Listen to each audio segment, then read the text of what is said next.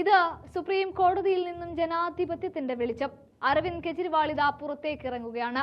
ജാമ്യത്തിന്റെ അലയൊലികളാണ് രാജ്യം മുഴുവൻ പരക്കുന്നത്. അവിടെ സുപ്രീം കോടതി ഏതൊക്കെ തരത്തിൽ നിന്നും കെജ്രിവാളിന്റെ ജാമ്യത്തിൽ നിന്ന് തടയാമോ അതിനൊക്കെ ഈടി നോക്കി. പക്ഷേ ഒന്നും തന്നെ നടന്നില്ല.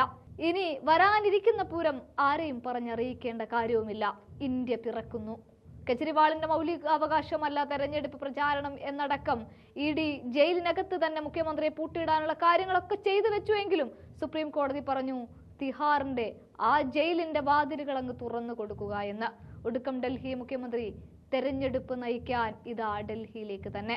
അങ്ങനെ ന്യൂഡൽഹി മദ്യനയ കേസിൽ ഡൽഹി മുഖ്യമന്ത്രി അരവിന്ദ് കെജ്രിവാളിന് ഇടക്കാല ജാമ്യം. സുപ്രീം കോടതിയാണ് കെജ്രിവാളിന് ജാമ്യം അനുവദിക്കുന്നത്.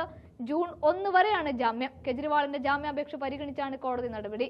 ഇഡി അറസ്റ്റിനെ ചോദ്യം ചെയ്തുകൊണ്ടാണ് കെജ്രിവാൾ ഹർജി സമർപ്പിച്ചത്. ഇഡി നടപടി അതിവിരുദ്ധമായി പ്രഖ്യാപിക്കണമെന്നും അദ്ദേഹം ഹർജിയിൽ ആവശ്യപ്പെട്ടു. ലോക്സഭാ തെരഞ്ഞെടുപ്പ് കണക്കിലെടുത്ത് ഇടക്കാല ജാമ്യം അനുവദിക്കണമെന്നും കെജ്രിവാൾ ചൂണ്ടിക്കാട്ടിയിരുന്നു. ഒരു രാത്രി രാജ്യം മയക്കത്തിലേക്ക് പോകുമ്പോഴാണ് കെജ്രിവാളിനെ പൊട്ടിക്കെട്ടിക്കൊണ്ട് ഇഡി പറഞ്ഞത്.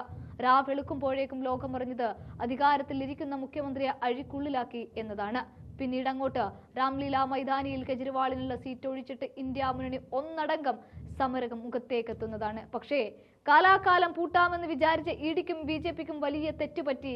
ഇതാ കെജ്രിവാൾ പുറത്തേക്ക്.